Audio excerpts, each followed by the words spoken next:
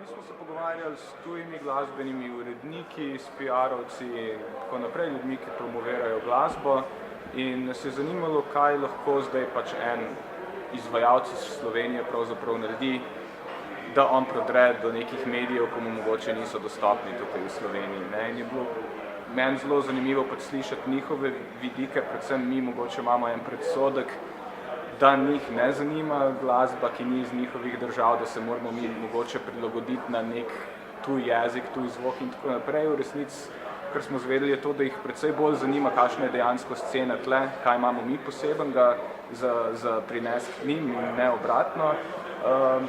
Drugi strani pa smo tudi zvedeli, da kljub internetu je še marsikaj ostalo tako, kot je še vedno, v bistvu je treba pošiljati muziko okoli, dajati ljudem zaslišati in ukolikor saj na tej neki nižji in srednji ravni, kjer niso posred velike agencije, veliki menedžeri, dejansko gre za ljubitelje glasbe, ki bojo poslušali pač večino tega, kar se jim pošle, ukolikor bo njihovo pozornost pritegnila. Zdaj, kaj to bo da jih pritegne pa druga stvar. Still doing program now mostly in Močvara Club, which is an amazing place. So the worst moment for me, as I mentioned before, was the fact that this fact that 18 to 25 category was all of a sudden was missing. People were not attending shows, and we were in a position that 90% of our shows, it wasn't investing money. Like our plan since 2001, we would put like 60% of our shows was investing money, and 40% would get us money back. That's how I used to work in Excel Club. All of a sudden, it was 95% of money was going somewhere. So it wasn't investing anymore, it was losing enormous money. Right. And I needed to find a solution for that. It took some time, and I found a solution. But the reason why I insist on doing club shows is that at the festival you cannot get that sort of connection with the musicians, and they cannot, I as a promoter, and they cannot get that kind of relationship with the audience. It's a special thing. Right. So it's in me, I cannot go against that, and thanks to that special relationship between three most important parts, that's a venue, audience, and artist.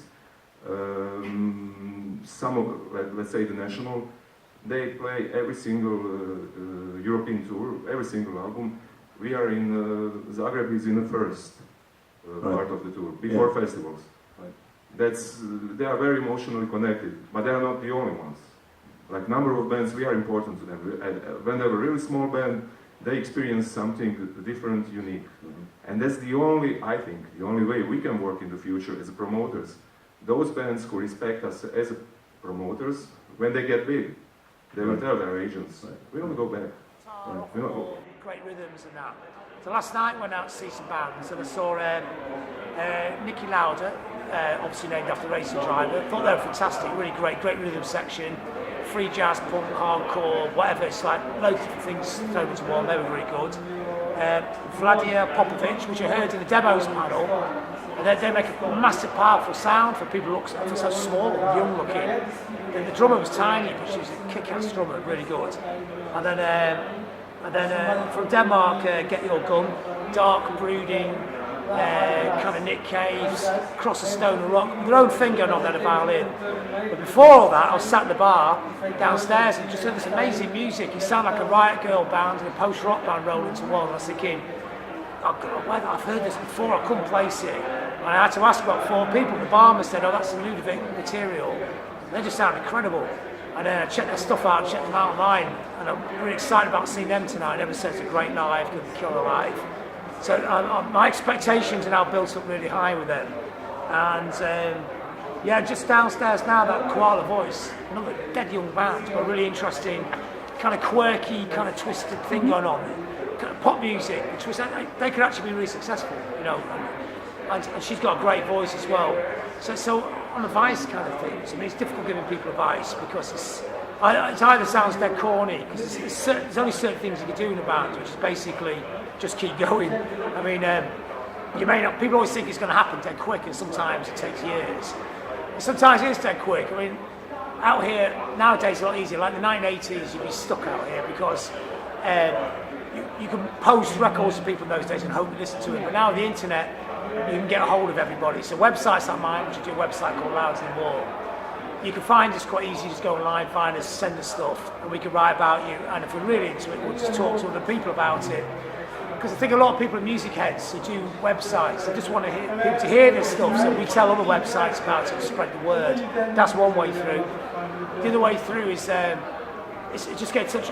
I mean, UK is where you kind of tend to make it these days. I know Germany's good as well because it's got a touring circuit. And the UK is where the media is, where the whole of Europe kind of checks out what's going on in Britain. It doesn't matter if you come from the country. If you get known in the UK, the whole of Europe kind of takes notice. The way to do that is just basically get in touch with journalists, get media savvy, find out which journalists are interested in new music, and just send them stuff. If they don't reply, it's because they've got loads of stuff to listen to. Get back in touch 2 weeks later, just keep sending it over and over and over, in a polite way, you know, in a cool way. And eventually, hopefully it'll filter through. If they all don't like it, it doesn't mean your band's rubbish, it just means that they listen to different type of music. So you just have to utilise the internet in your own way and build your own community, and hopefully it gets big enough for people to take notice of it. It's not easy, no one can ever say it's easy. You just send stuff to these 3 people, you made it. There's no golden rule. You just have to keep making good stuff, keep making it, and keep hustling people. Events like this, these are totally gold, you know, because they're bringing in people from the outside like me. I can hear it and tell other people about it. I'll be going back to England telling people there's a really cool scene in Ljubljana, check it out. Here's some bands to listen to. I've already reviewed bands last night. Ludovic Material, I've already done a new band of the day on them. So I've already been writing stuff about it. That's just a start though, because I also do a record label. I can put some stuff out in England, like small scale releases, and maybe get it on the national radio, start building up an interest. And that's kind of how it happens, you know. I mean, unfortunately, there's loads of great bands that never made it because it just didn't work. But it's a tragedy in music. I mean, I could list you loads of great bands you never heard of, but totally genius bands. But a lot of time, the bands that get really famous aren't really the best bands. I mean, case in point is U2. They were pretty average bands. You know, they're not the greatest band that ever came out of my generation, but they're the biggest band because they worked the hardest. You know, they hustled, they worked hard, they toured non-stop. Maybe that's how you have to make it.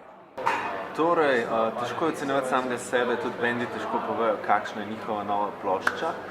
Ampak moram reči, da glede na odzive vseh udeleženih na konferenci in festivalu, torej koncertih, sem ful presenečen in srečen, da gre vse tako gladko in da so vsi res zadovoljni. Moram reči, da tuji profesionalci so bili sami presenečeni nad tem, kako vse hitro teče in kako je vse organiziran. In sem zaenkrat res slišal sam pohvale in komplimente. Tudi, ko smo malo bolj vrtali, sem dobil sam mogoče zanimive nasvete, kar mi je super. Ampak mogoče tudi zato, ker smo imeli nizka pričakovanja. Drugače pa ja, tudi bendi so pohvalili zadeve, tako da jaz sem zaenkrat ful vesel, kako se odvija. Tudi okrogle mize so po večini polne in mi je zelo všeč, da se bendi in ostali podporni mehanizmi oziroma tisti ljudje, ki se ukvarjajo z glasbo, so prišli pogledati in jih zanimajo to vrstne informacije.